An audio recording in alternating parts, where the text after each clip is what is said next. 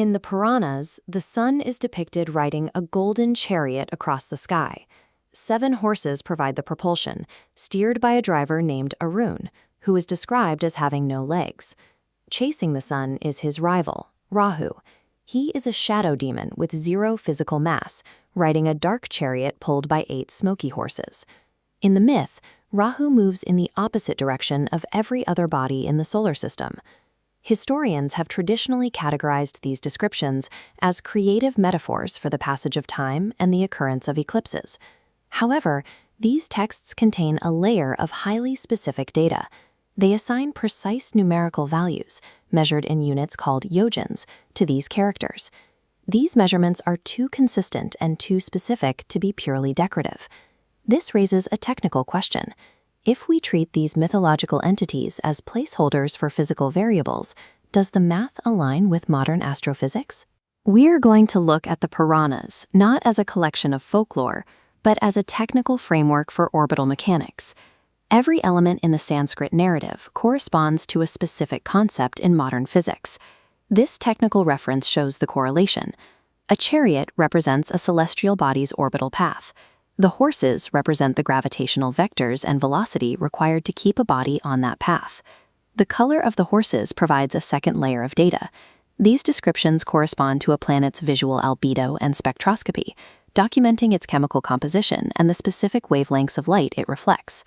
Even Arun, the legless driver, has a physical counterpart. A pilot that has no visible form but steers the system describes infrared heat, an invisible wavelength that travels ahead of the visible spectrum. When viewed through this lens, the text functions as a technical manual for the forces governing the solar system. We can test this by looking at a long-standing contradiction in the text. The Puranas record the moon at 12,000 yojanas, while the sun is only 10,000. Physically, the sun is 400 times larger than the moon, making these numbers appear to be a massive error.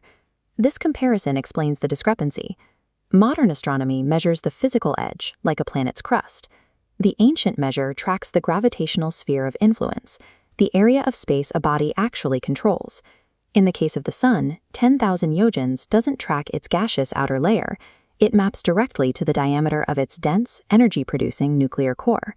The moon's 12,000 yojan measurement follows the same logic. It matches the Hill sphere, the invisible gravitational bubble where the moon's pole dominates Earth's, allowing it to govern the tides. The ancient measurements align with invisible gravitational boundaries rather than visible physical surfaces. This brings us to Rahu, the most complex entity in the Puranas. He is described as a shadow planet with 0 mass, yet his dimension is recorded as 13,000 yojanas, wider than both the sun's core and the moon's gravitational sphere. To find a 0 mass entity that spans 1.6 million kilometers, we have to look for a specific gravitational coordinate. This coordinate is the L2 Lagrange point. It is a stable gravitational well permanently parked in Earth's shadow. The 13,000 yojan figure matches the diameter of the halo orbit, where space dust and debris are trapped by these competing forces. Rahu's mythical backward movement describes the physics of lunar nodal precession. While planets move west to east, the points where the moon's orbit intersects the ecliptic slide backward, from east to west in an 18-year cycle. The 8 smoky horses pulling Rahu represent the 8 distinct gravitational vectors from the major bodies in the solar system, the sun, moon, and the 6 visible planets. Each pulls on this invisible L2 point simultaneously. Identifying how these 8 independent variables move a single point of equilibrium is the core of the N-body problem.